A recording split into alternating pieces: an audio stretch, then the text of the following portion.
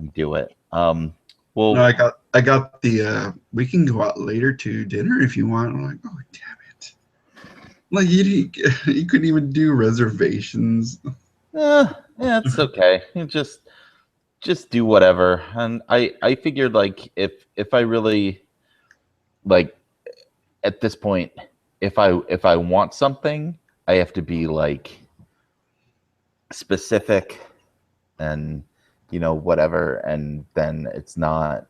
and and if I'm not, it's I really don't. I mean, I actually really didn't want anything, so I was like, me being vague and what or cagey or whatever was just like, no, I just want a peaceful, relaxing day, and that's what I'm getting. So Yeah, I'm I'm gonna going with go that. for I'm gonna go for making them feel guilty until I get my PS4 okayed. Oh, I'm gonna that's milk good. this. I'm just gonna milk this until they can't take the guilt, and I say, well, maybe a PS4 will take some of this pain away. That'll work. I'm awesome. Yeah. I we've got birthdays coming up. Both Andy and I have August birthdays, so I think if like I've already made the case to my mom and that like, hey, this would be a good like joint birthday present, and you could chip in for both of us, and then we can start saving up, and then maybe by August it'll be done. And I mean, as long as it's done by November when Battlefront comes out, I'll be okay. And we'll just put whatever money we have to put away against it. Because man, that E3 stuff looked Yeah. so cool. It That looked awesome. it's like Sony won in my mind. I I was putting off wanting to upgrade to a next gen console. Like Wii U's fine for me, PlayStation 3 is fine for me. And like, nope, gonna have to get something to play Battlefront and Final Fantasy 7. Yeah, Isn't that me. ridiculous? A Uh, game that's 15 years old, they're gonna remaster, and like that's the thing that makes us want to get a new because it console. was freaking awesome, and it's gonna be an awesome ride. I have to get my hands on that. And for me, Battlefront just sweetens the deal. Like, because I when the news about Final Fantasy came out, I was thinking I can't really justify buying a whole new console just for one game, and it's an old game to boot. But then I saw Star Wars Battlefront. I said, okay, that's it. It has to be done. I need this. I've always wanted to be able to do all of those things, and the fact that you can you'll be able to be in the vehicles, you'll be able to be different sides, different soldiers, It's and gonna be so and awesome. it looks like you'll be able to play as Jedi or something like that. It just boggles my mind. I don't know how that's going to work, but I uh, I I've never. And here's the thing: is I have proactively avoided playing games online because 90% of the people who you play with online are just a-holes, and I Right. can't stand it, and I don't want to do it. And I ventured into online a little bit with Mario Kart 8, and it's been okay. I think that's because it's Mario Kart and it's not quite as bad, but I've gotten used to getting my butt kicked by 11-year-olds in Korea. So that's the new normal. But and I'm not very good at like first person shooters or squad based shooters. So I but um I think I'll be okay. It'll be fun, man. And you know what? Remember when everybody was bitching about EA taking over? And they're Yeah, like, oh, they're going to ruin everything Star Wars. Why should we even buy any more Star Wars? EA ruins everything. This looks fan freaking tastic, and yep, everybody needs to shut up already. exactly. And that was exactly what happened. Everyone was so, and it's like, well, EA owns Dice, and EA owns like three other uh companies underneath them that make really good games. So don't tell me that this isn't good. And uh they're doing an update for BioWare for Knights of the or for just the Old Republic Right. MMO, and Right. there'll be there's just too much. There's too many video games. There's too many shows. There's too much Star Wars. There's too many movies. We're so blessed. We're so Yeah.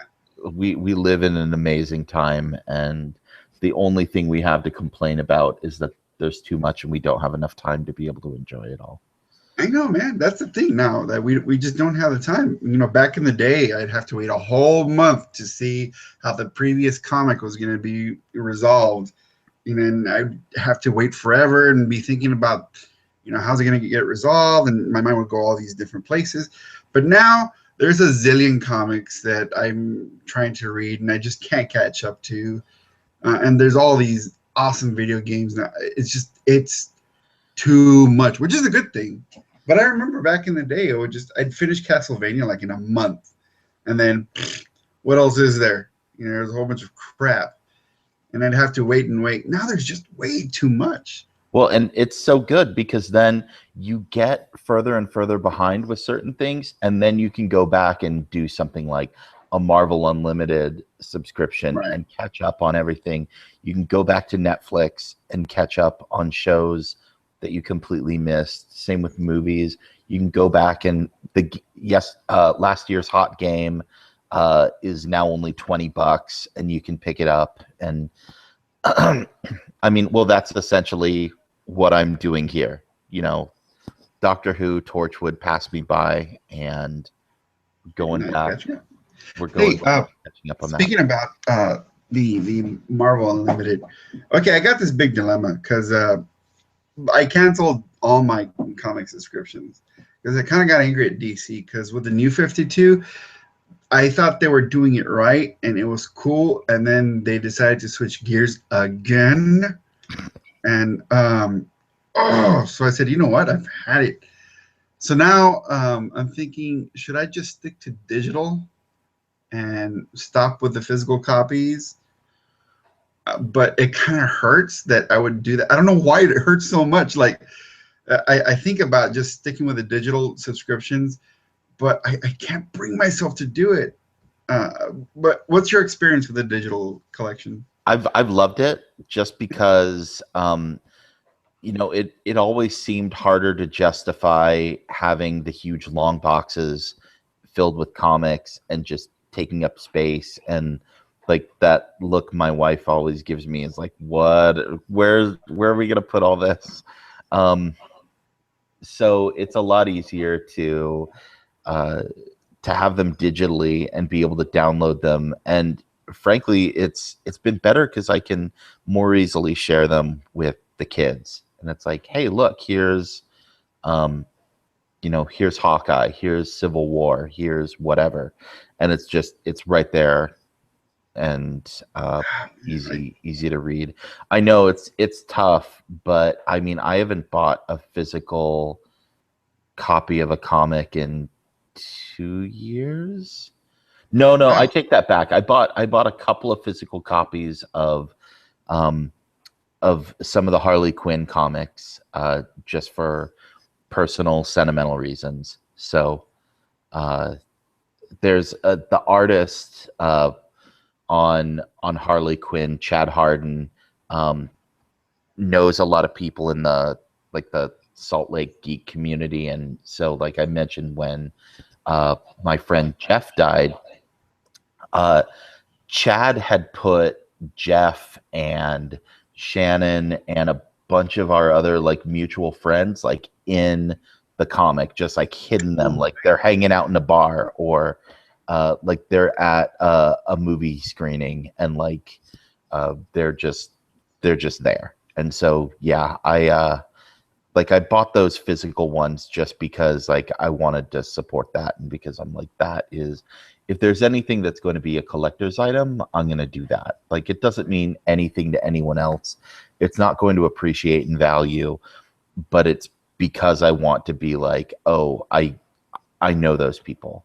And that's the most important thing with comics, is like, there just aren't comics that are appreciating in value anymore. There's like two or three things that maybe are worth investing in, but chasing down all the variant covers and everything, Right. they're not an investment.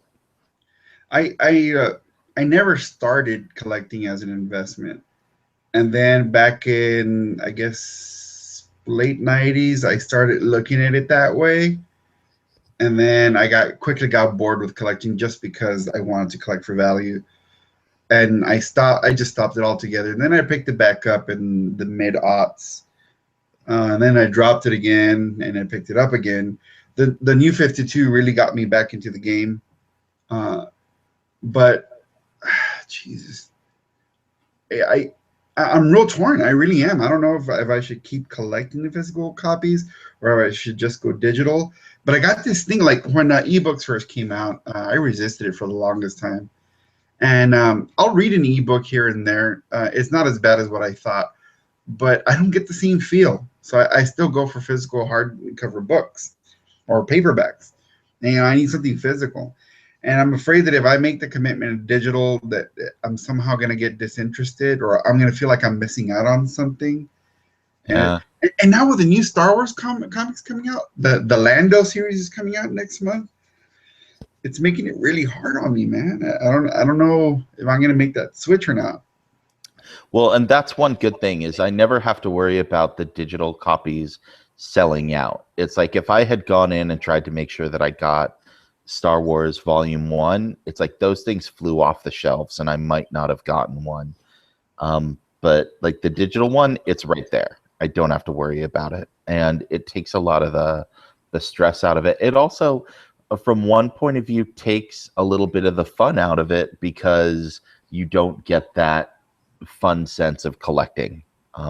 So I don't know. There's definite trade-offs. I always wanted one thing. I wanted Star Trek: The Next Generation. I wanted a pad that I could carry around with me and just read and flip through and read stuff on it with unlimited amounts of data and books and not have to worry about it.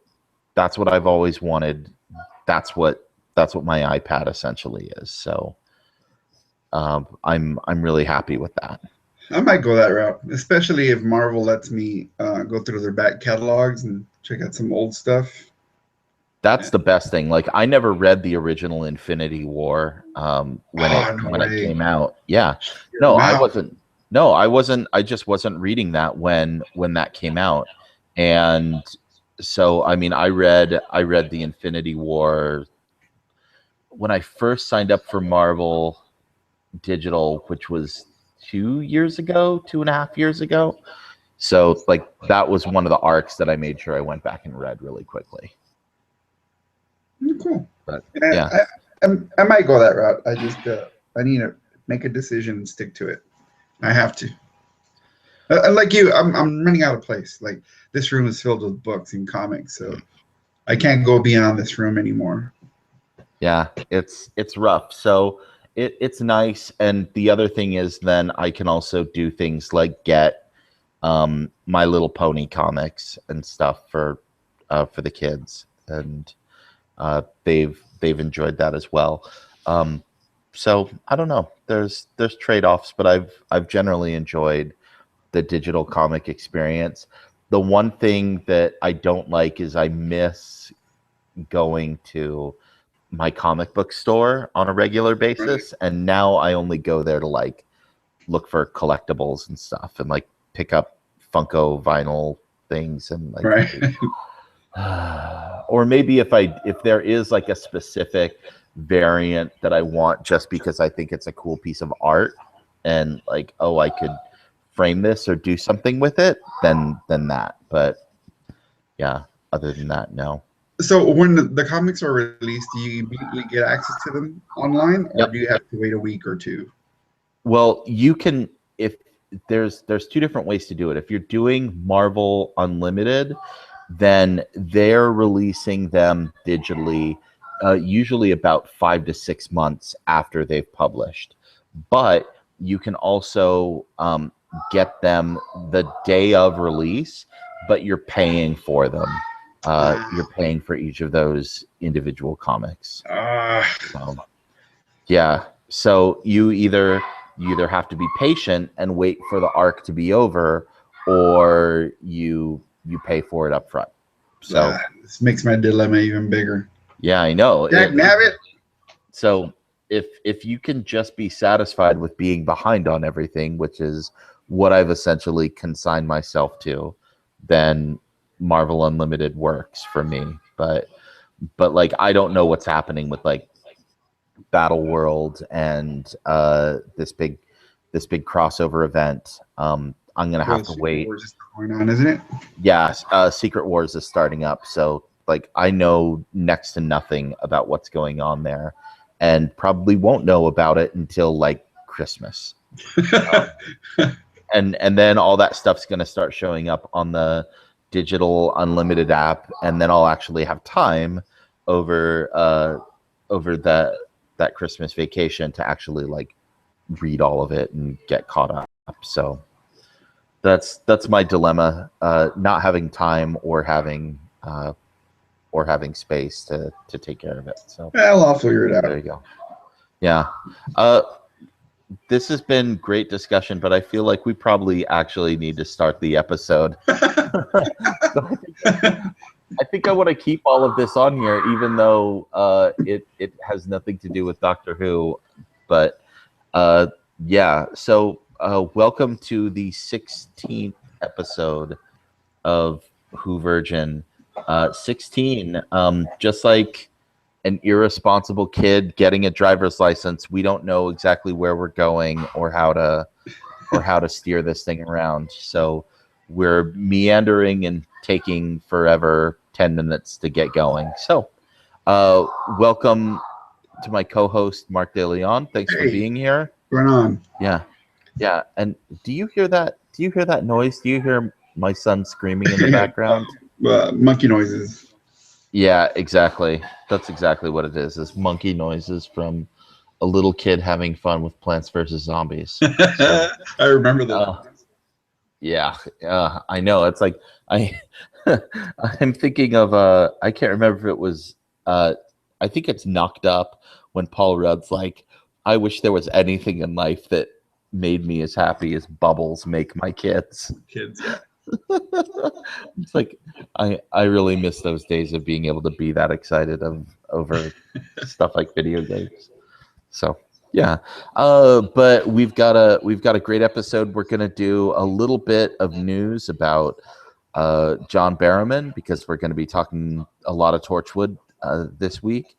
Then we're going to talk about the 6 episodes that I watched. I watched the first episode of Doctor Who season 4, a Christmas episode, Voyage of the Damned, and then I watched the first 5 episodes of Torchwood season 2.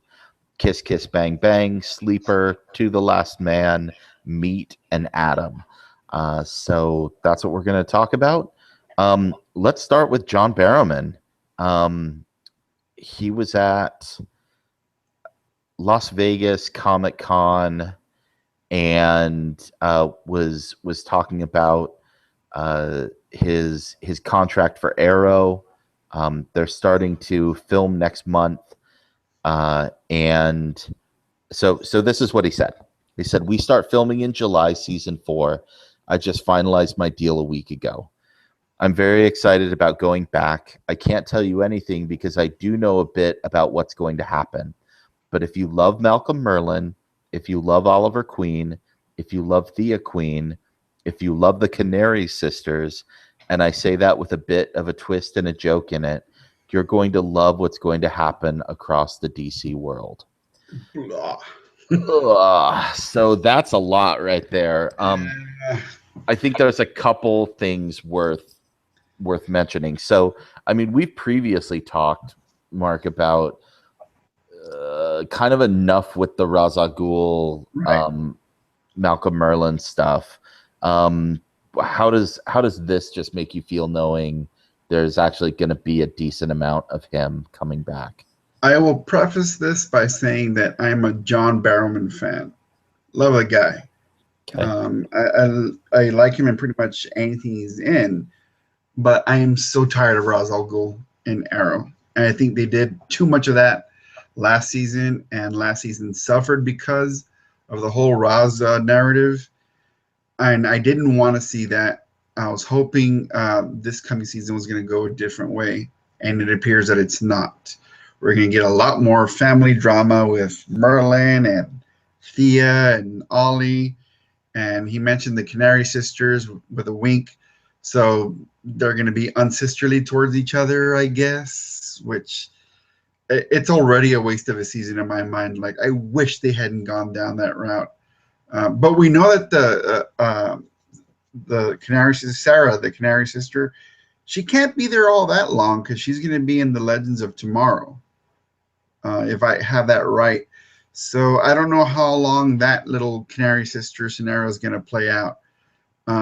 But I'm already tired of this, and I haven't even seen the first episode of the new season. So here's my prediction is specifically because he mentioned the Canary Sisters and because he talked about what's going to happen across the DC world. I think he's not just talking about Arrow. I'm betting that this is actually across, like you said, with Legends of Tomorrow and Arrow and maybe The Flash and maybe Supergirl even. They're going to have 4 shows that he could possibly show up on. I don't think he'll show up in Supergirl. That probably seems like a bridge too far. But it doesn't mean he couldn't. But I'm betting that the whole thing with the Canary Sisters is mostly he's going to have to be involved really briefly in bringing Sarah back with the use of a Lazarus pit so that she can be on Legends of Tomorrow. And that's basically, I'm betting, all we'll see on Arrow. That'll be like a 2-episode arc, maybe during sweeps, and then they'll be gone. We also know that they said that they were going to have a lighter tone this season. So I'm hoping, even if they do bring in Malcolm Merlin and Ra's al Ghul and League of Assassins or whatever, that it's going to be a lighter touch. Like I said, more of Laurel and what's her name eating shakes in a diner, and less oh woe is me sort of stuff. So that's what I'm hoping happens, and we'll I don't know. I see a lot of red flags. I am not going to make room in my DVR this time for Arrow. I'm going to leave that for The Flash. I haven't seen a single episode of The Flash yet, but it's got critical acclaim, so I'm going to save space for The Flash and forget Arrow for a while. Like I said, I'm kind of disappointed that they're still staying that way, and I don't think Supergirl's going to be involved. I did read that a Hawk Girl show is being fast tracked. They've already chosen an actress. I don't remember her name, but I think if anything, they might introduce Hawk Girl in this coming season of Arrow and have a spinoff, which I think would be kind of cool. I thought Hawk Girl was on? It was a member of the Legends of Tomorrow. Is she not in? Oh no, I didn't read that. Is she? What was she supposed to be? Well, I know no. I know Hawkman. I know Hawkman is right. It would make sense. Maybe not. I don't know. No, it's not. Hawk Girl will not see Hawk Girl TV series development in the CW. Oh, okay. Well, there will be a Hawk Girl. Right. So hopefully they won't make the same mistake as the first season of Justice League, where they just had her covered up by a hawk mask the whole time, and it wasn't until they got to like the 3rd or 4th season they took it off, and you're like, "Oh, she's nice." Yeah, she's cute. She's redhead. Yeah. They always covered that up. So yeah, the actress who's going to be playing Hawk Girl, according to all the rumors, is Ciara Renee or Chiara Renee. I don't know how they pronounce these anymore. I have no idea who that is. Yeah, me neither. But she looks Latin. She's got that dark olive complexion. So that'd be kind of cool. Yeah, man, bring it on.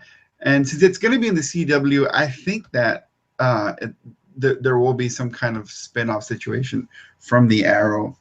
But I don't know, man. There's a lot of red flags in my head about Malcolm Merlin coming back and spending more time with Roz and having family drama.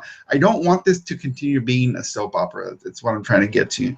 Let's get some action, man. Let's do something. Less talky and more doing, man. And It more wasn't even talky. It's just like, oh, I love you, but I hate you. Ugh. Oh, I'm so tired of it. and more back to the original premise of, you know, the city in peril and trying to save the city on a cosmic level. And so yeah, that always seemed like the cool hook for the show, that he was really trying to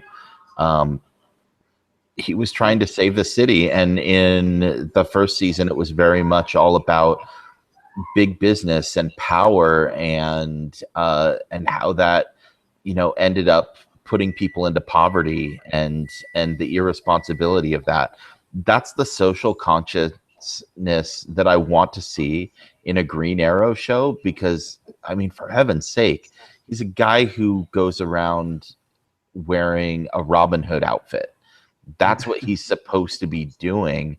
And you go back to the 70s comics with Green Arrow and Green Lantern, and it's all about the social commentary. And that's, I don't know, it just seems like a good place for it. And I want to see more of that. And which is why I kind of like the Malcolm Merlin character in the first couple of seasons, because he was that opposite. He was that other big industrialist who was also the mega villain. Right. And then you found out he could also shoot arrows just as well as Oliver Queen. It's like, ooh, okay, well then this got interesting. So Right. I'm afraid, not only am I afraid about family drama overtaking everything, but I'm afraid of a Monsters of the Week type of situation where there's going to be this small time villain who they're going to pull out from DC history, and then they'll be over. And then next week it's going to be another small time villain. Like, don't do that, man. How about if we approach it as there's this organization, this underground organization that's secretly taking power, and Oliver has to fight them in the shadows? And do that for about 5-6 episodes. Don't be afraid to do that, man. Be ballsy, man. yeah. Don't do these cheap narrative tricks, man, because it doesn't work for me. Well, I mean, I think we are going to see that, because they already mentioned that what's his name is going to be the main big bad for it. I'm terrible with my DC villains, and I can't remember his name. What's the name of his organization? Hive. Yeah. Don't. Oh, what the heck is his name? Again, this is the same thing with me in Game of Thrones. It's like I'm conversant about it. I know the basic stuff, but I don't know the deep stuff of who. His name. I know he's the leader of Hive. Yeah. Who am I forgetting right now? I don't know. Jesus Christ, you got me. Oh, to the Google. Damien Dark. Damien Dark. Why did I forget that? Because there's no. Well, I know why I forget it, because I'm not a DC guy. Oh, did you read the Darkest Night storyline? No. The way they use Damien Dark, he's just evil. I actually would like to see that on the show. That would be kind of cool. Well, maybe I should. Then that would be cool. But before you go trashing minor villain of the week, you've got to watch this first season of Flash, because that's all it is. No, it is hilarious. But here's the thing about Flash, though. Flash has the rogue of the gallery of rogues, or whatever the hell it's called. He fights nothing but small time dudes all the time. I know. Yeah, and they're hilarious. Captain Boomerang and Captain Ice or Captain Cold. Oh my Captain god. Cold. Captain Cold. Yeah. Wentworth Miller as Captain Cold is brilliant. Like he is just so good, and that's why I'm excited that he's going to end up on this Legends of Tomorrow show because he's really great in this. Well, I totally expect that from the Flash, though. But I want more from the Arrow, especially after that first season. Yeah. So we'll see. But I'm just saying, don't knock small time villains. But yeah, but yes, Arrow could do something more complex. Right. So I'm glad we've talked so much about Arrow on a Doctor Who podcast. But let's actually get to this first thing of Doctor Who that I watched, Voyage of the Damned, which, as I mentioned, I'm trying to watch all of the episodes in a sort of chronological order so that I'm getting the same experience that someone would have watching Doctor Who as it came out. So even though this was the first episode of the 4th season of Doctor Who, I'm watching it because it was a Christmas episode, and then there was an entire season of Torchwood before the rest of the season of Doctor Who started. So Voyage of the Damned, I actually thought, oh wow, this is cool. He's going to go back to the sinking of the Titanic, and there's going to be something about how this is a fixed point in time and why he couldn't stop it. And that would have been nice. Conundrum. That would have been cool. Nope, that's not what we got. Not at all. My criticism of the episode is I'm doing the Meet the Fockers thing. Oh yeah. The whole thing just sucks. It was dumb. There was nothing innovative about it, and yeah, once again, they're gonna try and blow up Earth, and it's just a whole bunch of blah. It was yeah. They traded out Billie Piper for Kylie Minogue, which at least this pop star, I knew a couple of her songs, so that was good. But they trade out Martha Jones, not Billie Piper. Oh well, that's true. Yeah, that's true. But but isn't it funny? It's kind of insulting that. Okay, so you had Martha Jones as your companion, and you knew she had a crush on you, and you just let her go, and you fall in love with a blonde that you met 5 seconds ago. He's got a type. He's got a type of former pop stars. So but no, man, that was just kind of dumb. It was not kind of. It was very dumb. Like I agree. Yeah, I agree. Didn't like anything about it. Yeah, and so yeah, it seemed like they were trying to relive a lot of that, and the fact that the big plot behind it was essentially the exact same plot that Cassandra tried to pull in that second or third episode. Right. I was like, okay, well, I have the exact same response to it that I did then. I kind of like that because that seems very like Lex Luthor comic book supervillainy, but at the same time, it boils down to like an insurance scam, and that's kind of dumb. So it's they traded out weeping angels for robot angels, which were not as cool. And the one thing that I did like to see is the midshipman who ends up taking over the bridge after the captain dies was George, the werewolf from Being Human, and I love that. Yeah. Right. Yeah. So the angels throwing around the Xena Warrior Princess disc thingy. It was dumb, and they're running away from them, but all of a sudden they come down from the sky and they still get away with it. And there's that whole little cyborg guy who's supposed to be funny, which he isn't. God, it was just all sorts of terrible. Yeah, there was. Yeah. At a certain level, I kind of understand what Davies was going for with that whole as a half cyborgs. There's laws against us. We can't marry people, or we can't do certain things legally. I kind of get the commentary that Davies was going for, but it was poorly attempted, in my opinion, and the delivery was just horrible, Well, absolutely horrible. and if that's what you wanted to do, build an entire episode around that subtly rather than have it be just like a throwaway element.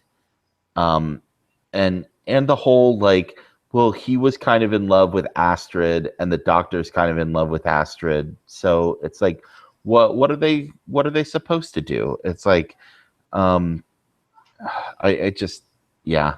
Um there was one other thing that I thought was just slightly interesting as well was the one couple who they were dressed in cowboy Oh, clothes, and they were obviously like lower class people who won the contest to get in there, and there seemed to be again an element of where they were trying to talk about class issues, and then specifically going into like body image issues and fat shaming, uh, but again, very poorly pulled off. it was. And Yeah. it's like there was almost something there, and then not, and that was this entire episode. And they come across as stupid because it's later revealed that the lady wasted I don't know how many thousands of Five credits, thousand credits, yeah, right, to get the tickets, and supposedly it's a whole year's worth of income, and they weren't going to be able to afford their house when they went back home or some stupid thing like that. yeah, And they come across looking stupid. Hey, so if he tried to make them characters where you empathize with them, it was poorly done. exactly. And it made me a little bit angry because there was just so much wasted potential on all of this, and it felt like it could have been way better done. Now, one thing that I did think was actually legitimately 100% good is finally uh, they recognize that bad things happen in London on Christmas, and so the entire city's deserted except for the Queen in Buckingham Palace. Oh, and that one guy that you will see again in the near future. Oh yeah, Yeah, the he's uh, actually the cool. the newspaper salesman guy. Right, right. Oh, Yeah, okay. he's actually pretty cool. I like him. Does he come back on Torchwood or Doctor Who? Doctor Who. Okay, so Yeah. interesting, cool. Well, I will keep an eye out for him again then. So Yeah. newspaper salesman. From this Um, point on, pay attention to a lot of characters coming up in the upcoming season for Doctor Who, because there are definitely some faces that are important and will be seen again. well, we're coming up on the Capaldi episode soon, Right. so Uh, that'll be interesting. Torchwood has something to do with that too. Oh, really? You'll see. Not this season. The next season, Children of Man or Children of Earth. Uh-huh. Uh, yeah, there's that whole Capaldi thing. It's cool. It's cool. Cool. Well, I am looking forward to that as I was looking forward to getting back into Torchwood. Oh, and one final thing I will say about Kylie Minogue's character. She died doing what she loved, obeying the laws of physics. It's like you this was like a really stupid plan. I'm going to drive this forklift into this thing, and it's like, don't you understand uh, he- like the inertia of you have this like several ton machine, and you're going to be on a ramp that's going down a decline, and you're going to lock into someone and push it over, and it's like you had to know you were dead, or maybe she didn't. I mean, I don't know. Are you saying that blondes are dumb? I'm saying maybe as a cocktail waitress on a cruise ship, she hadn't had the best education or understanding of physics. So I don't know. Oh man, Melissa would have loved this. Yeah. So I don't know. Oh, Kylie Minogue, we will completely forget you as the companion who never was. So there we go. Torchwood season 1 or season 2. I was really glad to be back to Torchwood and have it be a little bit more serious. And man, Kiss Kiss Bang Bang did not disappoint. Yeah. I am not always a fan of James Marsters. I thought he was actually pretty lame on Smallville. No, I Oh, loved him. I loved him on Buffy and Angel. yeah. I was I about love to the slap you. character. Yeah.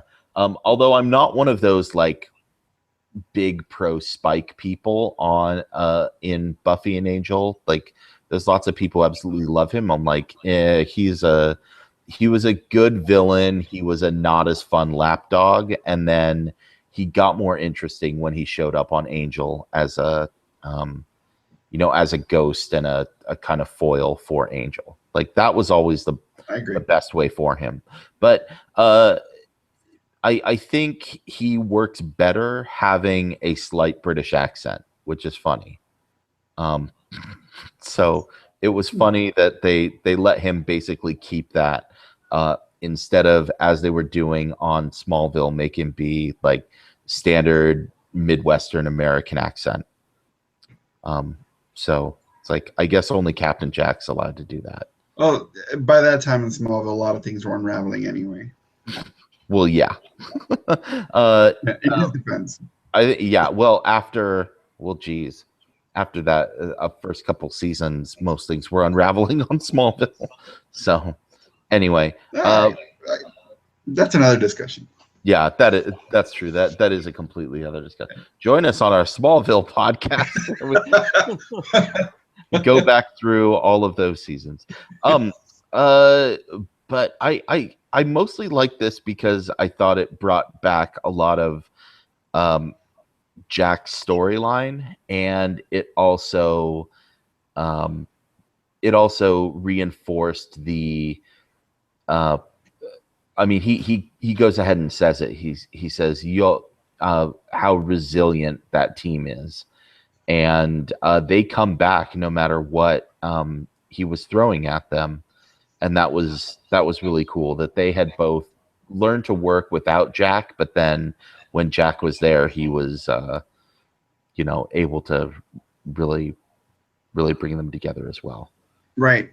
And what I liked about it is that this is when the mystery of Jack deepens because we Yes. find out that he worked for a time agency. We don't know what point in time yet this time agency was functioning, and we know that this time agency ended.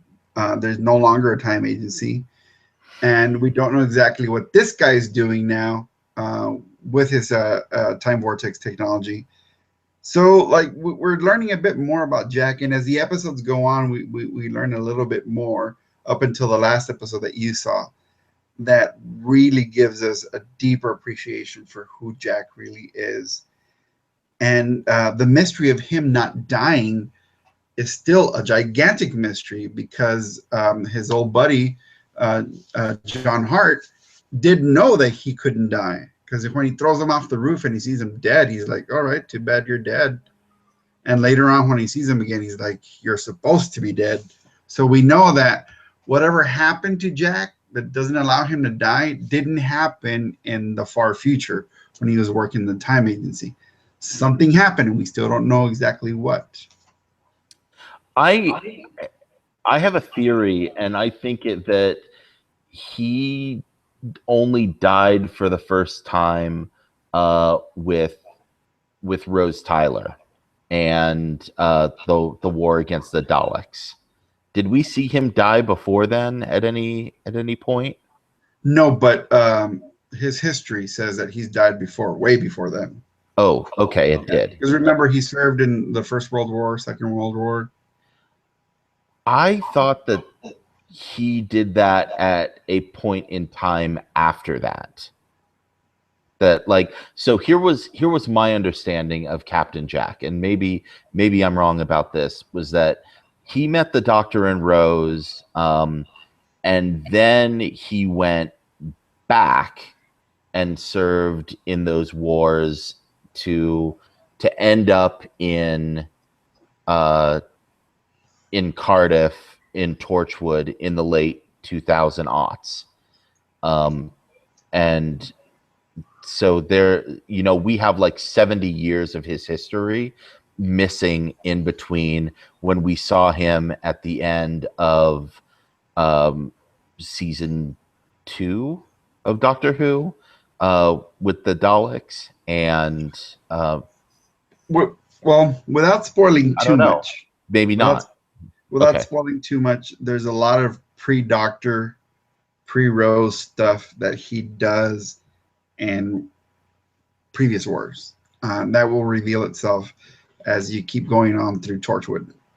So he Okay. was definitely around before then, but he does jump around time a lot. Okay. So, yeah. Well, then I will throw out that theory because I was I was obviously wrong. Well, that's super interesting, and we got the first mention here um, of his brother Gray, Great. which that was like, oh, That's a sucker oh my, punch at the end. oh my gosh, what is that? Right. It's like I need to know more about what this is because um and obviously Jack is like it hits him super hard, and then he's like, that was nothing. And so I'm thinking to myself, like, he specifically said don't listen to him, everything he says is a lie. um Maybe he didn't see gray, he's just like trying to do one more thing, either to try and keep himself from being put back in the rift, or uh, just to mess with Jack because he knows that'll hurt him. So I don't know. Yeah. It's that little mystery bit, but we do get to know a bit more about who Gray is and what that means and where he really comes from, Yeah. originally, So anyway. I'm excited. I'm excited to do that, and I'm glad you made me go all the way and watch Adam so that I'd get some of that. Um, so that was a good call. Cool. Uh, on to Sleeper. Leaper. Um, I thought that this was a cool concept, that this was not pulled off maybe as well as it could have, but still a fairly good episode. So I still enjoyed myself, but I wasn't like head over heels with it the same way I was with some of these other ones. Yeah. Cool idea though, that there's alien species who are sleeper agents, um, and so on. And the only other thing that is kind of interesting is this whole idea that that seems to go through a lot of these episodes of what makes us who we are as individuals. Is it the memories that we have? Is it uh, it, specifically, is it the memories that we have? And you have um, these aliens who are programmed with memories, and they think they are one thing and they're not. So um, that was kind of the silver lining I saw in this, but I didn't think it was pulled off extremely well. I liked it. I think it's one of the weaker entries, but I liked it. But I immediately thought about the situation that England has with terrorist sleeper cells. Hmm. So I'm thinking maybe that's the direction they were going. Make some kind of commentary about that because they make this dedication to that, and they pass themselves off as British and do everything all Brits do. But when it comes down to it, and they have to, you know, follow orders, they will, and they cause incredible damage, and they hurt the people that they ended up loving along the way. But they're just so committed to this cause, whatever the cause is, whatever jihad they have. And I think maybe that's what Russell T Davies is going for. Maybe that's the way I felt anyway. Yeah. but it's one of the weaker entries into the season.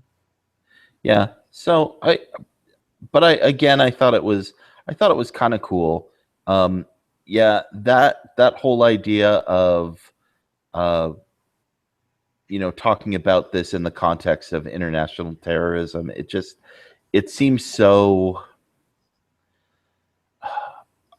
I don't know. It seems so foreign to me, for lack of a better term, just because I, considering the week that we've had in what's gone on in our country, it's very evident to me, and I side with John Stewart on this, and what he said, that it we don't have to worry about ISIS or jihad or whatever doing this stuff. We do this stuff to each other, like, without Right. and so it almost seems trite to, like, um Yeah, think I about that get it. stuff. So I don't know. I get it because we're American. We love to kill each other. But this is a reality. This is a reality for Brits, though. There are That's sleeper true. cells like crazy, and if you read Brit papers or Brit sites, they bust them up all the time, and people always make commentaries like, "I've known him or her forever. I would have never expected it." So they've done a damn good job, integrating themselves. But they hold on to their directives or their jihad so much. They're so determined that they follow through, even when they've established relationships with people that prove their worldview to be wrong. So this is definitely something that Brits have to worry about. We don't. Like, we do a damn good job just straight up killing each other because we're insane. And don't even get me started on the recent events. Yeah. But terrorist cells, unfortunately, is something that England does have to deal with all the time. Yeah, I guess that's true, and that's probably, I mean, that's very American centric of me. And man, couldn't be more American than being like, I don't care what's going on in Great Britain, whatever. America, I got me America. my gun. Yeah, exactly. Oh man, we're crazy. We're insane. We are insane. We're so insane. We're gonna take a little tiny break and then come back and talk about To the Last Man. Speaking of being crazy from war, so we will be right back.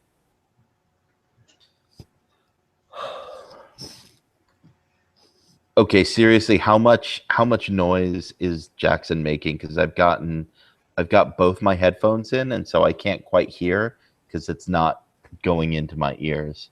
It's a little Is he bit, but making? not too distracting. I don't think so. Okay, okay. Might have to go regulate. Give him the Regular. people's elbow. Or just say we're podcasting live from the San Antonio Zoo, from the Gibbon exhibit. It's really cute. The Two Feminist Moms podcast, they almost always record when their kids are there together, and so they always have little interruptions with, like, these. Oh, their two little girls are so adorable, and they're like, "Mommy, I drew a picture for you," and they're like, "That's nice, honey," and they're like talking about, like, usually, like, really serious or, like, sometimes sexually explicit stuff, and it's like, "Mommy, I drew a picture for you," and it's like, boom, right in the middle there.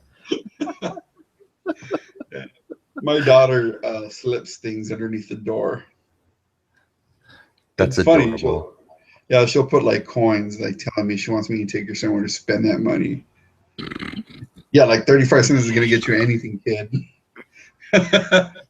Man, like 35 cents would have gotten us anything back in the day. It's like you go back to our grandparents. It's like great grandma and great grandpa might have been able to turn that into something, but no But one else. yeah, we probably could have gotten a soda, maybe, with 35 cents.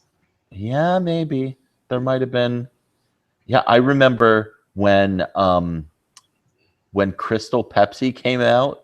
That, if that isn't a thing, they put a Crystal Pepsi machine in our high school, and it was only 25 cents, How nice. because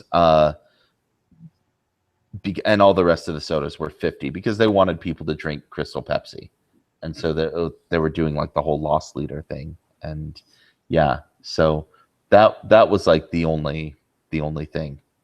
I knew how poor I was when sodas went from 50 to 75 cents in high school, and I couldn't afford it. Yeah. And I was like, that's too rich for my blood.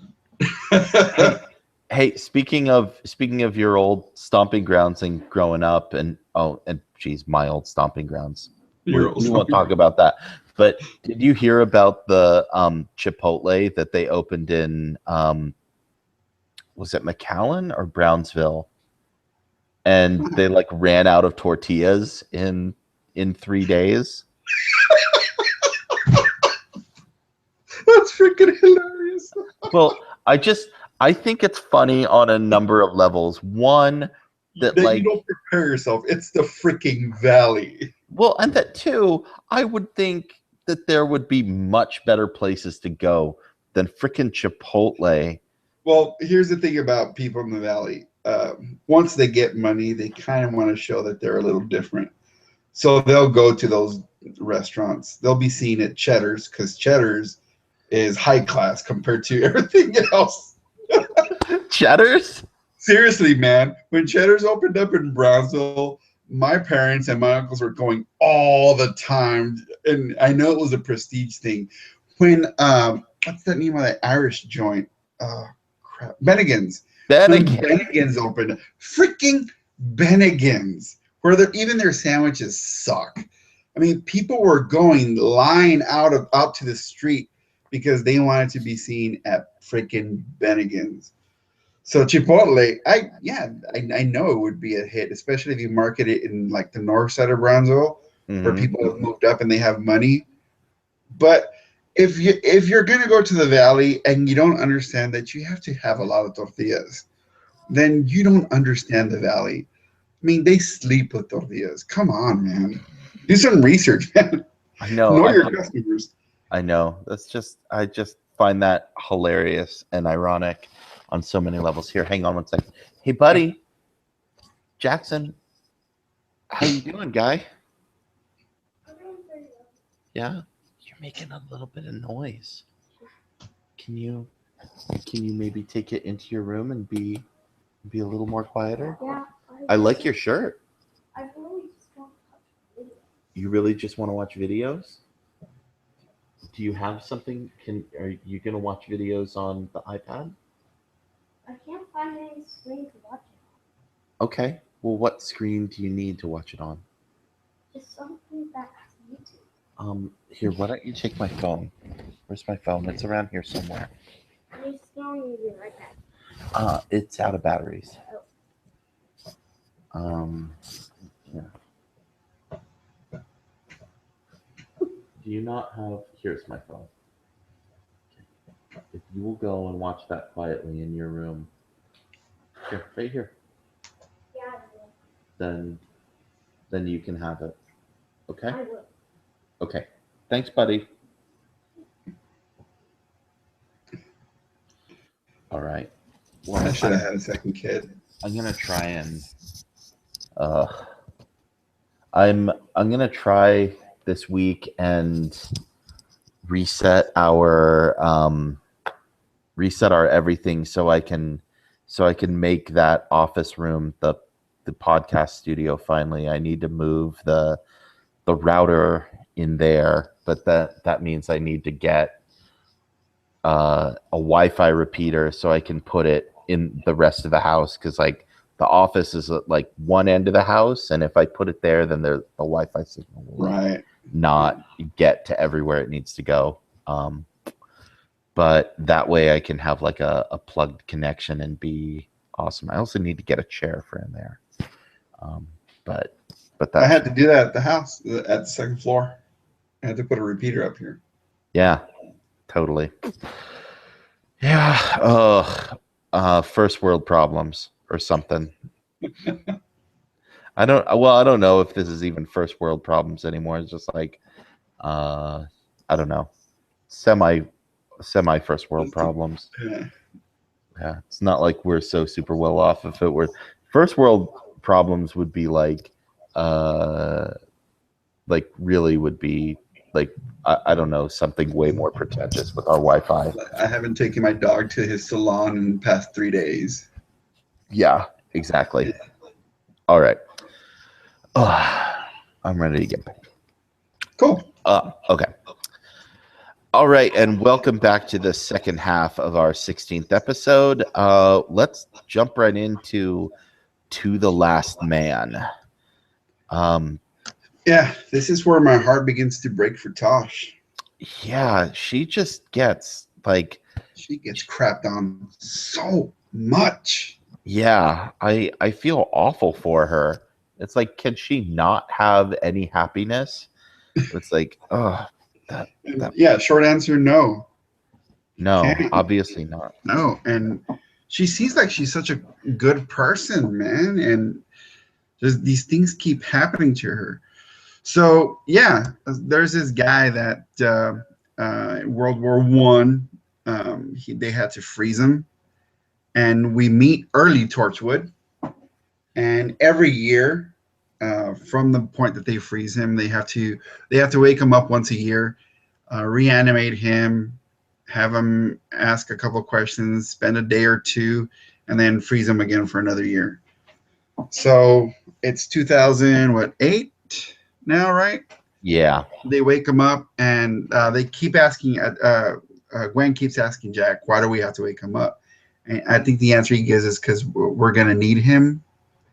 And it seems like Jack's holding back. He knows something that nobody else does, which is true. And it's revealed as to why the rift is going to open up again, and they need him to be at a certain spot in a hospital that's going to be knocked down, because if he's not there, he can't go back in time, and then space and time rip, and Cardiff disappears or something like that, right? yeah. Well, this is one of the best explanations that I've had of the whole wibbly wobbly, timey wimey stuff, where Jack takes a sheet of paper and he says, imagine your life, and you draw it one end of the paper, you're born, you die. And then he crumples the paper up and he says, now imagine time has been crumpled, and you have to draw that line without uncrumpling the paper. And Gwen's like, that's impossible. And he's like, yup. Yeah, exactly. So Yeah. it's like that's exactly what they've got to do. And I'm like, that is a really cool, really succinct way of putting all of this like spatial dimension stuff. Oh, and they talk about that a little bit in like Kiss Kiss Bang Bang, where after they send John Hart back into the rift, they're like, oh well, they go back in time 24 hours, and they're like, oh, we're gonna have to spend the next day avoiding ourselves. Yeah. That's like that. It's like, so they're obviously they obviously know what the rules are and all of that stuff. So Right. that's Well, in the meantime, Tosh has been forming a relationship with Mr. Frozen Ice Pop. Yep. Forget his name right now. For the past, what is it, 4 years that they've been waking him up? yeah. Yeah, and the one thing that if whoever's listening to the podcast hasn't seen the episode, is that he wakes up once a year, and though a whole year has passed by, it's only one day for him, right? Yeah. So he's known Tosh for a total of 4 days, although she's known him for 4 years. But as she's gotten to know him, she's kind of fallen for him. She likes, and he likes her clearly, and he Mhm. wants to be with her.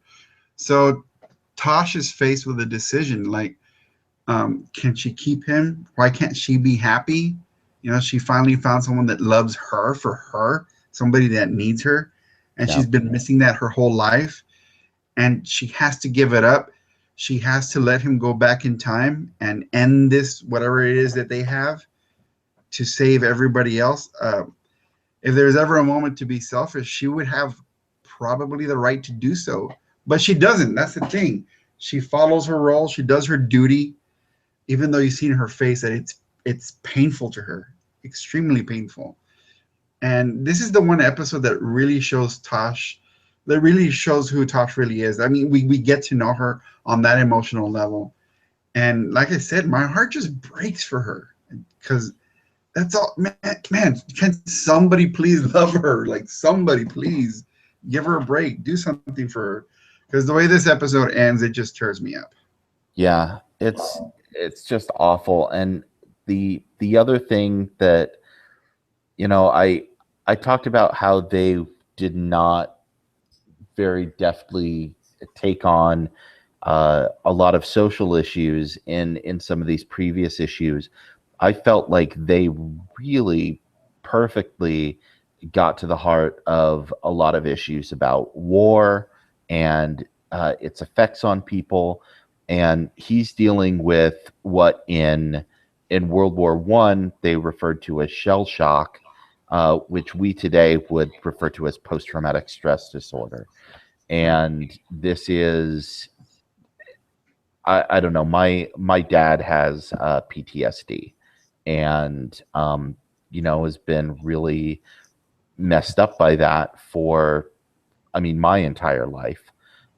So the fact that he's dealing with these things and they know when he is sent back to the past that he's going to be Right. executed for cowardice, but yet he's doing the most brave thing that anyone could possibly do by going back to the past to face that fate. Right. And that's just awful. That's just terrifying. And what a commentary on what we expect our soldiers to do, uh, to go, especially at this point in the wars in Iraq and Afghanistan, where people had served multiple tours and were still going back and still being sent back. And we were still demanding this of them.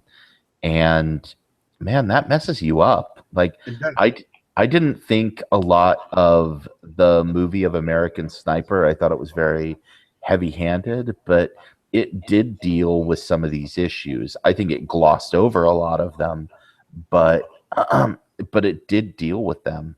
And it's that's that's really terrible of us, that we demand this. So There's that one scene I remember where they tell him that what he needs to do and what's going to happen, and he says, "Why should I do this?" He says, "I fought in what was called the war to end all wars," and he said, and then 3 weeks later, because we got to remember they freeze him and they wake him up yeah, every year, so every year's a day. He says, and 3 weeks later we're in another world war. He's like, wars will never end. Why should I sacrifice myself for that? And then Tosh tells him, because we're worth it and humans are worth it. That, yeah, there is wars and there probably will always be wars, but we're worth a lot more than that. And it's funny that at the end of the episode, when Owen is talking to Tosh outside, he tells her we're worth it. And then she says something like, "Are we really?"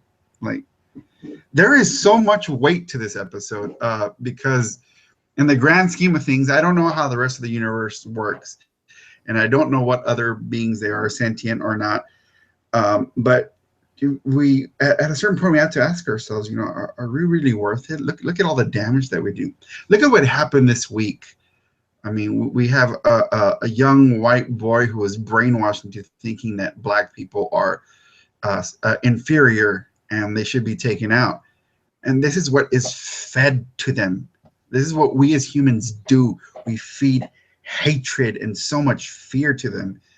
And at the end of the, I think we are worth it as a species, the human race. But sometimes you got to ask yourself, are we really? Do we have yeah, the capacity to do what is necessary to do to live a great life and give people the opportunity to live great lives? I mean, are we really all that good? we are, but then there's that. I mean, I don't know how cynical to be about this, but the 20 to 30% of the country, maybe more, maybe 40% of the country that looks at this and shrugs its shoulders and says, Yeah, well, fill in X excuse. It was, I mean, our ex-governor called this an accident. Accident. And, people not willing to come to terms with very, very serious issues about race and systemic racism and how the media portrays things. And, this kid saying that he was set off on this journey because of the media talking about Trayvon Martin and how disgusted he was uh, at this kid who he thought was a thug and was siding with Zimmerman. And regardless of how you feel about all of that, the facts are that this is what set him on this journey of radicalization. And then he went and found all of this other stuff in the media, out on the internet. And we have a huge subset of America now um, kind of playing apologism with a lot of it. And so, are we worth it? Well, I think most of us are. Most of us are. But I mean, I think that shows through most of the shows so far that like this continues to be the battle that humanity always faces, that we're mostly good, but then there's always this bad element that keeps popping up and keeps building Cybermen or bringing huge aliens down to control our media or reinventing the Daleks or whatever. And this back to something a lot about on the necessity of eat. You can't kill it.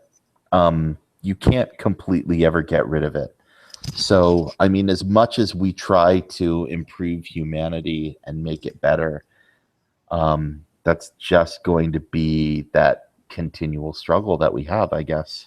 Yeah, this reminded me of The Fifth Element, where at the end, she just needs Corbin Dallas to show that her that one thing, which is love, right? But she can't feel it because she says, I looked through your history. There's so much hatred. There's so much death, and like she doesn't even have the will to protect Earth anymore because of what we do. In the end, love wins, and she does. She saves the day, and in the end, that's what happens in this episode. Love wins.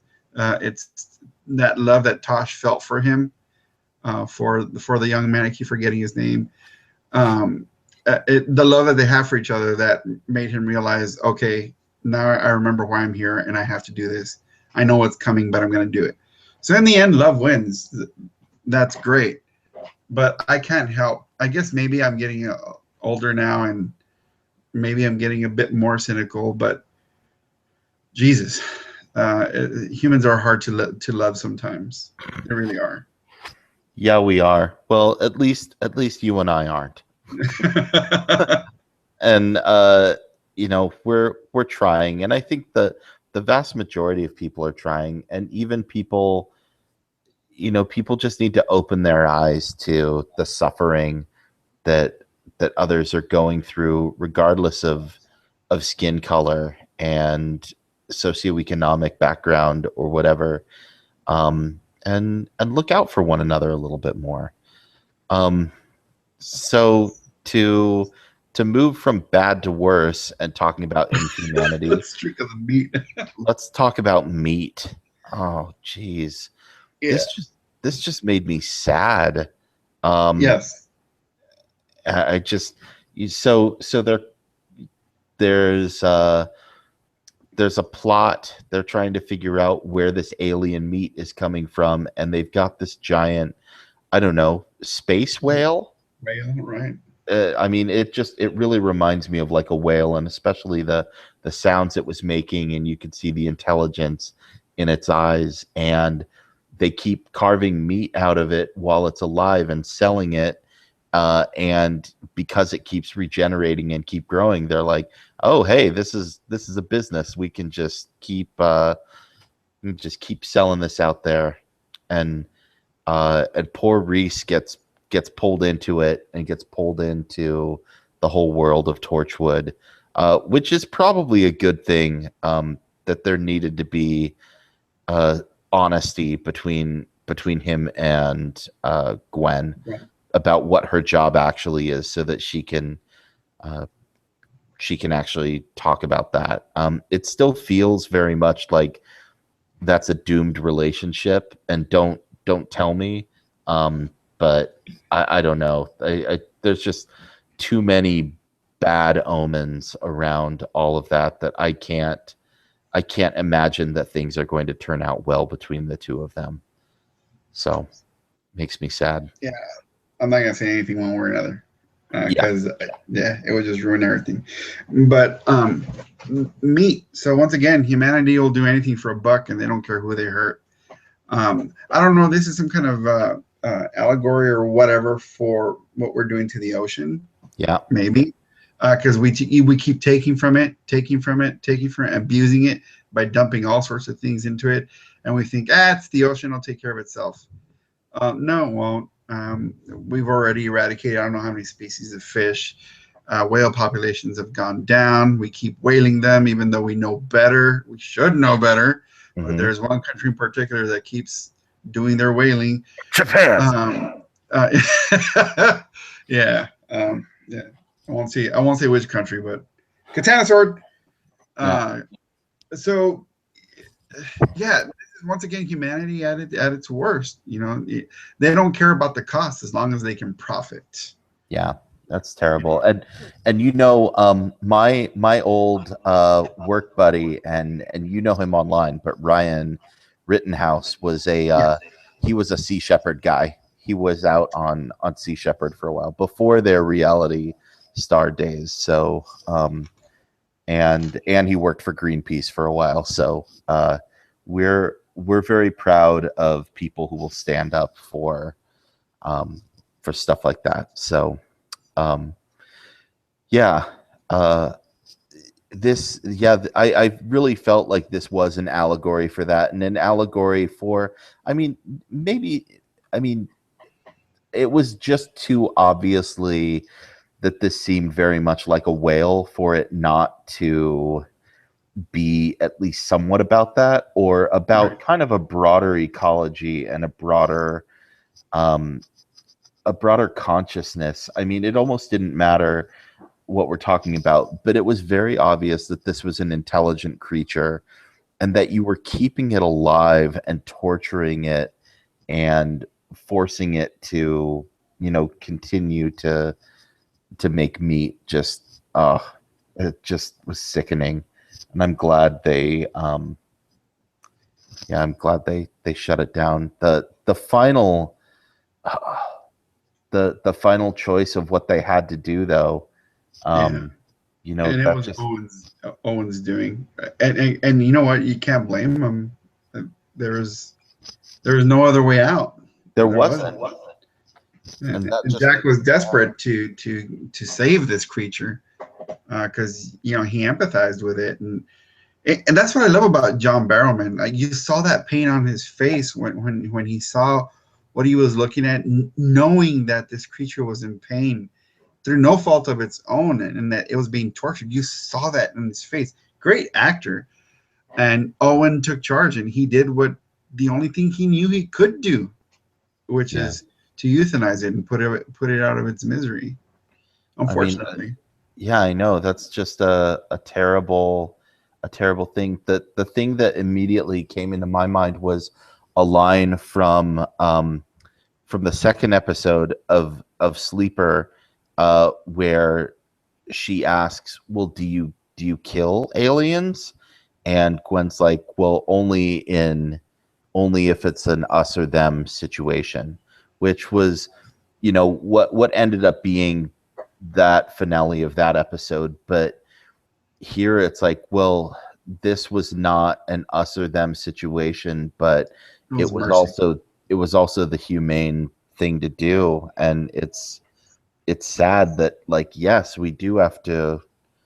It's like Torchwood's job is not to kill aliens, but in this case, that's what had to be done. Oh, that just so many sads. And Yeah. if that wasn't enough, Yeah, the then way Adam brings on the sads even deeper. oh, Yeah. It's and like your knife is in the gut already, and with Adam, they're twisting that knife. it's just awful. Once And again, Tosh. Once again, like leave her alone. Just enough already. but again, well, I mean, I talked about this earlier, how it asks a fundamental question of what makes us who we are, and how much of that is our memories. And it was amazing to see the transformation of all of the different characters based on Adam rewriting their memories, and how different that was.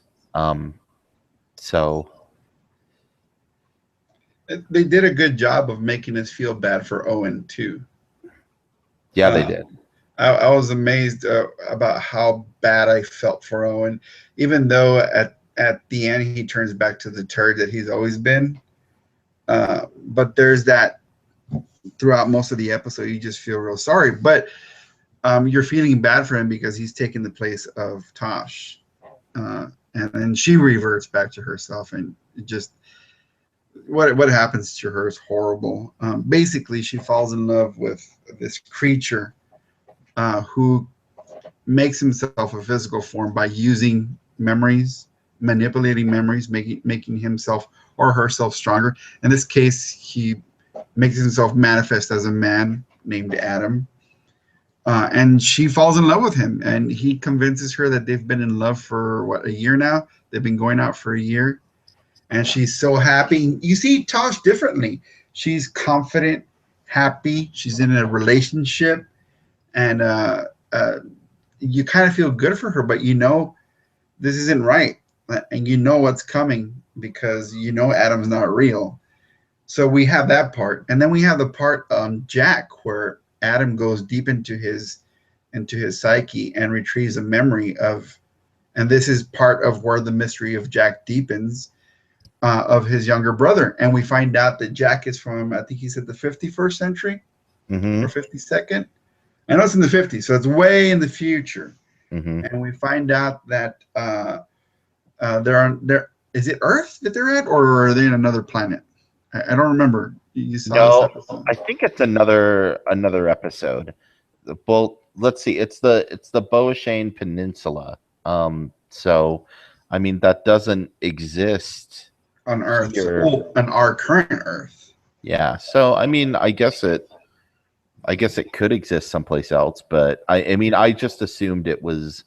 I mean, it could have been Earth, but it might have been New Earth. Oh, It here. was the Look, I'm according to the TARDIS Data Core wiki. It's located on one of Earth's colony worlds in the 51st century. So 51st. 51st. Okay. So we get to see that. We see his family, his mother, his father, and we get to see Jack's deepest regret, which is when they're being attacked. Jack's father says, "Take your brother, hold his hand, and don't let him go. Run." And he's running, and in the process of running, he loses his brother's grip. He doesn't realize it, and when he looks back, he can't find his brother. He makes his way back home. He sees his father dead. His mother finds him, and she asks, "Where's Gray, the brother?" And he says, "I don't know. I lost him." And we then realize that this is one of the memories that has been haunting Jack for a while. And he says that he buried it. He did it. He did a job. He worked hard to bury it for years, and he thought it was going to stay buried, but it wasn't. And I think part of the reason that it was close to the surface was because John Hart from Kiss Kiss Bang Bang brought up that name. So it brought that memory up to the surface to where this alien was allowed to retrieve it a lot easier, I think. But, there's all these questions now, like, well, how the heck did Jack get from the 51st century to the 20th or 21st or whatever? And there's so many questions that are unanswered. But aside from that, it's the emotional value of this episode in terms of Jack and how he still feels that deep regret of having lost his brother, and he blames himself so much for this. Although, what happens at the very end, once he gets everybody, and we should talk about that because Yeah. No, when, absolutely.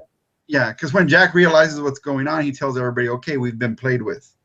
We've been played with, and nobody's taking it harder than Tosh because Tosh is supposed to be in a relationship with this guy." And he tells him, "None of this is real. We're going to retcon you guys. We're going to give you the pill.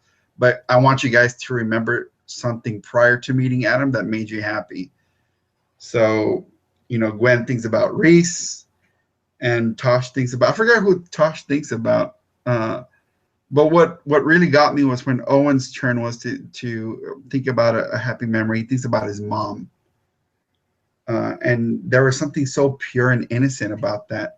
And it made him real likable, I think. Something happened along the way with his mother that really affected him and made him the man he is right now, as horrible as he is. And I kind of wanted to know more about that. What did you think about that scene? Yeah, no, exactly. And it felt like that memory that he held on to was actually like eh, I felt like it. Maybe I wasn't listening closely enough, but it sounded like it was very like a bittersweet memory. Like she said something like, um, "I love you because you're my son, but I don't usually like you very much, but you've never made me happier than at this moment right now," or something like that. And I'm Right, like, well, it sounds like he had a pretty like abusive, effed up childhood, but he right, does have this one happy memory of his mother. right, I mean, no wonder he turns out into such a little crap. But right. I mean, it doesn't excuse future behavior, but it does yeah, inform as to why he is the way he is. Um, exactly. and we get to find out it's all a front, all of it. This Mhm. whole playboy, I'm tougher than you, I'm tough as nails, I can take anything coming my way. It's all a front. He's Yep. a scared little boy. That's what he is. Yep. And I guess that's why I empathize with him because of this episode, anyway. But once again, I have to keep going back to Tosh. I'm shattered over her. She found love. She found it was all fake, but she had happiness. And the horrible thing is, at the end of the episode, she goes back to pining over Owen, and he acts like a total D towards her, and she has that face again, like this hurt puppy face, and I hate that. Ugh. Well, and he does the whole like, nope, I don't do flowers, and I definitely don't do apology. Apologies, right? I'm like, oh, jeez. Now, here's one thing, and because Melissa's not here, I'm gonna bring this up because I think if we don't, then she'll call us on it. Right. I think that she wasn't really necessarily in love with Adam. Like he put the hoodoo on her, Right. and he just implanted all these memories that she was in love with him. And so I gotta ask myself, like, where's the consent in there? He And raped her. where's the consent the same as, what Owen did in the first episode? The If firm. if you're manipulating what's in someone's mind, then that is, that's taking their choice and their consent out of there. Then yes, Right. that is rape.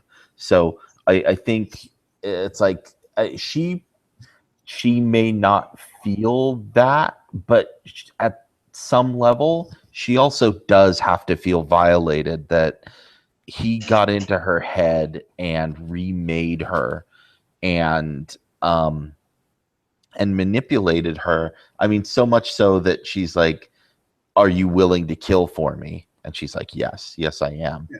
And she almost was, and if Yanto hadn't Stopped her. stepped in, and then she might have. So Oh, and, that's and what he did to Yantu. Oh, God. jeez. I mean Wow. that's like a. I mean that's not real or that's not rape, but that is definitely like mind rape. Yeah, It's that's like evil. What he did was evil. Evil. totally evil. Make you think that you're a serial killer and Serial rapist. yeah, it's Yeah. just yeah, serial rapist murderer. That's just awful. And Uh, even at the end, and you know what this episode did so well? When Jack confronts him and says, I'm the only one left. I'm going to take this pill and you're gone forever. He manipulates Captain Jack and says, I can access your deepest memory and I can remember it for you. And it's too much for Captain Jack to resist. He allows it to happen because he wants to remember. And you know the aliens saying this whole spiel about how I need to live, you need to let me live, and you kind of feel like, okay, maybe everybody deserves to live and everybody deserves a second chance. But what does he do? What a dick. He takes Jack's most precious memory and ruins it and yep. gives him a choice. Either you set me free or you lose this one happy memory you have left. What are you going to do? So what does Jack do? He does the Take right that thing. pill. Yeah. He does the right thing, but that's horrible. That's like somebody saying, having your kid in front of you with a gun to his head, and like, either you give me the codes to the nuclear football, the president's nuclear football, or I shoot your kid's head. Yep. Like, what do you do? Yeah. It's And awful. poor Jack, he made that choice, and he's gonna make choices like that again, and he becomes an extremely tragic figure. Yeah. Well, I mean, he already is, and he's Yeah, definitely on his way there. it gets That worse. yeah, it keeps going. So, I mean, that's great. I have so much more to look forward to, and the way this season's going, uh, and it's gonna kick into another high gear with Reset, coming up this next episode. Then I've got Dead Man Walking, a day in the death. That sounds cool. Yeah. Um, Something borrowed from Out of the Rain, and then I don't know how much further I'll get beyond that. There's Adrift, Fragments, and Exit Wounds. Um, is there a good stopping place in there, or should I push myself to watch the entire rest um, of Oh, this season right here? if you're gonna see the whole thing through, we're gonna have a lot to talk about the following week, and we're definitely gonna go over the hour. If you We go almost always reset, do. yeah, we always do, right? But this one will go into overtime, like big time. If you go reset, Dead Man Walking, Day in the Death, and Something Borrowed, um, I don't want to spoil too much, but okay, Dead Man Walking, A Day in Death, they go hand in hand. It's actually a two-parter. Hmm. It's heavy. Those two are heavy. Reset's kind of fun. Something Borrowed is kind of fun as well too. Um, but yeah, those two in the middle, heavy, heavy, heavy, heavy, heavy. Okay. Lots of consequence. So I would just go with 4 episodes and Okay. then mix up the other 4 episodes the following week. Okay. I'll do that then. So I'm gonna watch those 4 episodes, and then um, I don't know what else. I mean, I guess we could talk about Magic Mike XXL next week. If you want to. I get to see that this week. I'm gonna see Max, the movie about the dog with PTSD, Oh which my God, uh really? yeah, so the movie about a It dog almost feels like a family. parody, doesn't it? It almost does, but I almost kind of wish that I'd seen that movie before this week, so I could include that in the talk about PTSD with earlier this episode. But oh well. And then the week after, hey, I get to see Terminator Genesis. So uh, that episode that we're going to record on the day after the 4th of July will be interesting. So, or maybe we should try and record earlier that week. I don't know, and not mess up our 4th of July weekend. We'll figure that out later. Yeah, Um, yeah, we'll we'll figure just watch.